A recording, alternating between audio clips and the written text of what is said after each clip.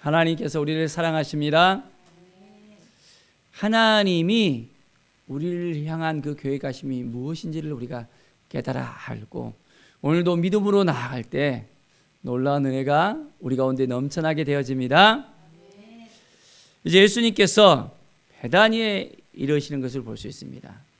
요한복음 12장에 보면 죽은 자 가운데서 살리신 나사로가 있는 그곳에 예수님께서 가셨습니다. 자, 그곳에는 예수님을 위해서 잔치를 베풀었습니다. 나사로가 다시 살아났고 이제 그 일을 위해서 예수님께서 오셨기 때문에 마르다는 또한 일을 하고 나사로는 예수와 함께 앉은 자 중에 또 있었습니다. 이때 마리아는 지극히 비싼 향유 순전한 아들 한 간을 다 가지고 왔습니다. 그리고 예수의 발에 붓습니다. 또한 자기 머리털로 그의 발을 닦으면서 향유 냄새가 가득 차게 되는 것을 볼 수 있습니다. 자, 이 향유는 이스라엘 여인들에 있어서는 결혼 지참금이었습니다. 자, 이 향유를 부어서 예수님을 섬겼는데요. 이것을 보고 가룟 유다가 왜 그러한 행동을 하냐고 질책하는 모습을 볼 수 있습니다. 자, 이 향유를 팔게 된다면 무려 300데나리온이나 되어지고 가난한 자들에게 이것을 나눠주면 아주 좋지 않느냐라고 이야기하는 거예요. 자, 300데나리온이 얼마나 큰 액수일까요? 한 데나리온이 노동자 하루 품삯입니다.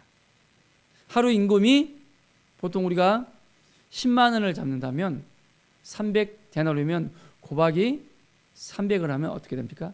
3천만 원이에요. 요즘 이제 10만 원에서 15만 원 넘어간다면 거의 4,500만 원. 어마어마한 숫자입니다. 그냥 이 향유가 1, 20만 원짜리가 아니에요.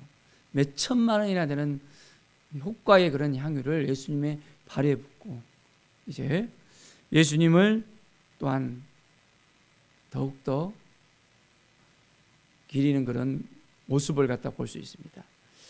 자, 그런데 이 가룟 유다가 그러한 말을 했던 그 의도를 분명하게 이야기합니다. 그는 도둑이라 돈꾀를 맞고 거기 넣은 것을 훔쳐감이라 라고 이야기합니다. 향유를 팔고 그 돈을 또한 예수님에게 드렸다면 그것을 가룟 유다가 다 가로채려고 했다는 것을 볼 수 있습니다. 그런데 예수님께서는 분명하게 이야기합니다. 바로 그 일을 행하는 것은 나의 장래를 위한 것이다 라는 것을 말합니다. 그냥 놔두어라. 나의 장래를 위한 것이다. 제자들은 또 그곳에 있는 사람들은 그 의미에 대해서 이해를 했을까요? 무려 몇 천만 원이 되는 향유를 부어서 예수님을 닦고 예수님께 온전히 헌신하는 그런 섬기는 모습을 보이는데 바로 그것이 예수님의 장래를 위하는 것이라는 것입니다. 가난한 자들은 항상 너희와 함께 있거니와 나는 항상 있지 아니한다 라고 말씀합니다. 예수님께서 이제 십자가에 못 박혀 죽는다는 것을 은연중에 그들에게 이야기하고 있습니다. 자, 유대인들의 그 큰 무리가 예수님께서 나사로와 있다는 것을 보고 다 찾아옵니다. 예수만 보기 위함이 아니었습니다. 바로 그것은 죽은 자 가운데서 살리신 나사로도 보기 위함이었어요. 자, 왜 그랬을까요? 그것은 예수님뿐만 아니라 나사로까지 죽이려고 이제 제사장들이 이미 모의를 했던 것을 볼 수 있습니다. 왜 그렇습니까? 그것은 나사로 때문에 많은 유대인들이 예수님을 믿게 됐던 것입니다. 죽은 자 가운데서 살아난 바로 이 나사로 때문에 예수님을 온전하게 믿게 되었던 것을 볼 수 있습니다. 우리는 얼만큼 예수님을 믿고 있습니까? 예수님은 죽은 자 가운데서 살아나셨습니다. 나사로가 살아난 것처럼 예수님도 살아나셨어요. 죽음을 이기고 부활하셨습니다. 부활하신 예수님을 우리가 온전히 믿고 따르고 예수님 앞에 나와서 우리의 모든 삶을 이제는 주님을 위해서 살아가는 우리의 인생이 되기를 간절히 축원드립니다. 자, 이제는 예수님께서 예루살렘으로 오신다는 소식을 큰 무리가 들었습니다. 자, 그래서 종려나무를 딱 들었습니다. 그리고 종려 가지를 딱 가지고 예수님 앞에 나와서 외칩니다. 호산나 찬송하리로다. 주의 이름으로 오시는 이 곧 이스라엘 왕이시여 라고 외칩니다. 사랑하는 여러분, 예수님은 이스라엘 왕으로 오셨습니다. 찬송을 받으시려고 오셨습니다. 자, 그런데 예수께서 어린 나귀를 타고 오셨다고 말씀합니다. 그런데 이 말씀이 이미 예언되어 있는 말씀입니다. 기록된 바 시온 딸아 두려워하지 말라 보라 너희 왕이 나귀 새끼를 타고 오신다 함과 같더라. 이미 약속의 말씀 그대로 예수님께서는 스가랴 9장 9절의 말씀처럼 어린 나귀를 타고 이제 예루살렘을 입성하는 것을 볼 수 있습니다.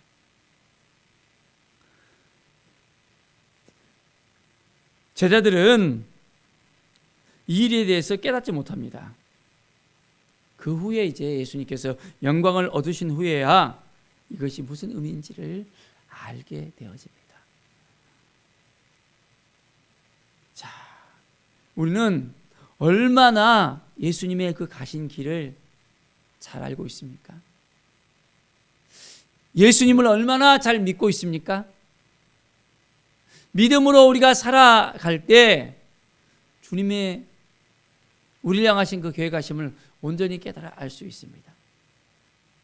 그런데 이미 성경에 기록되어 있고 이미 말씀이 이루어진 내용인데도 여전히 예수님의 그 부활에 대해서 믿지 못하고 있는 많은 사람들이 있는 것을 우리는 볼 수 있습니다. 그러나 우리는 예수님의 그 부활을 완전하게 믿을 수 있어야 됩니다. 믿음으로 고백할 수 있어야 됩니다. 자, 우리의 삶에 있어서 온전하게 믿음으로 살아가고 말씀으로 살아내고 예수님을 증거하는 온전한 주님의 제자가 되기를 바랍니다. 자, 이제 예수님께서 명절에 예배하러 온 사람들 중에서 헬라인 몇이 있었는데 이 사람들이 빌립에게 가서 청합니다. 우리가 예수를 뵙고자 한다는 것이에요. 자, 빌립이 안드레에게 가서 이야기하고 안드레와 빌립이 예수께 가서 또한 여쭤봤습니다. 예수님께서 말씀합니다. 인자가 영광을 얻을 때가 왔노라. 이제 인자가 영광을 얻을 때가 왔다는 것입니다. 24절을 우리 한번 볼까요? 내가 진실로 너에게 이르노니 한 알의 밀이 땅에 떨어져 죽지 아니하면 한 알 그대로 있고 죽으면 많은 열매를 맺느니라. 이 말이 무슨 의미가 있을까요? 이 씨앗이 한 알의 그 밀이 땅에 딱 떨어지면 어떻게 됩니까? 그대로 있으면 열매가 맺어줄 수가 없다는 것입니다.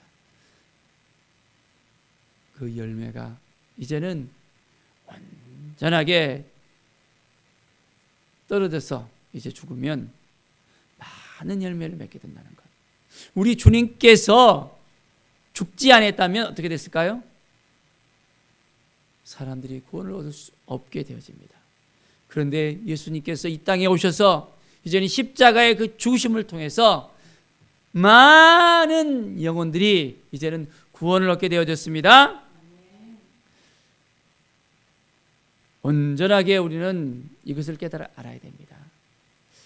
예수님께서 하나하나 이렇게 말씀을 다 하셨는데도 여전히 그것을 깨닫지 못하는 사람들이 있었고, 그 후에야 이제 그것을 깨닫고 믿음으로 온전히 선포하며 온전히 주님의 부활을 생각하면서 믿음으로 온전하게 이제는 복음을 증거하면서 살아가는 사람들이 생겨난 것을 볼 수 있습니다. 사랑하는 여러분, 온전하게 우리는 주님을 믿고 따를 때 믿음으로 나아갑시다. 아버지께서 예수 그리스도를 보내주시고 이제는 주님은 아버지의 뜻을 따라서 한 걸음 한 걸음 이제 그 십자가를 향해서 나아가는 모습을 우리는 볼 수 있습니다. 사랑하는 여러분, 인자가 누구입니까? 자, 너희는 어찌하여 인자가 들려야 하리라 하느냐? 이 인자가 누구냐? 예수님께서 말씀하십니다. 아직 잠시 동안 빛이 너희 중에 있으니 빛이 있을 동안에는 다녀 어둠에 붙잡지 않게 하기를 너희가 알라. 어둠에 다니는 자는 그 가는 것을 알지 못한다. 그러나 아직 빛이 있을 동안에 빛을 믿으라. 그리하면 빛의 아들이 되리라. 자, 이제 온전히 우리는 이 빛을 알아야 됩니다. 바로 예수 그리스도께서 빛이 되십니다. 빛을 따라서 우리는 이 세상을 환하게 비칠 수 있어야 됩니다. 너희는 빛의 자녀들이라고 말씀합니다. 우리 주님을 온전히 믿고 따르고 주님 앞에 나아가는 믿음의 삶을 살아가길 바랍니다. 예수님께서 많은 표적들을 그들에게 보이셨지만은 그들이 온전히 그것을 믿고 있습니까? 수많은 기적을 갖다가 이적을 베풀었습니다.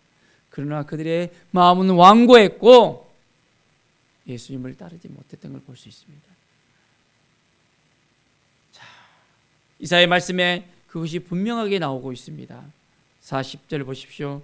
그들의 눈을 멀게 하시고 그들의 마음을 완고하게 하셨으니 이는 그들로 하여금 눈으로 보고 마음으로 깨닫고 돌이켜 내게 고침을 받지 못하게 하려 함이라. 참으로 깨닫지 못하는 그들을 우리는 볼 수 있습니다. 주의 영광을 보고 이제는 온전히 주님 앞에 나와야 되는데 그렇지 못하는 그들의 모습을 우리는 볼 수 있습니다.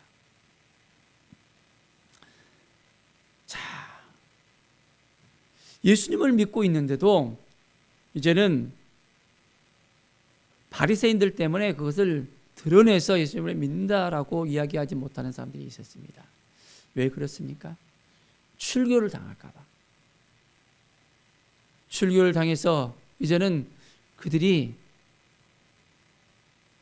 온전히 그 유대 사회에서 인정받지 못하고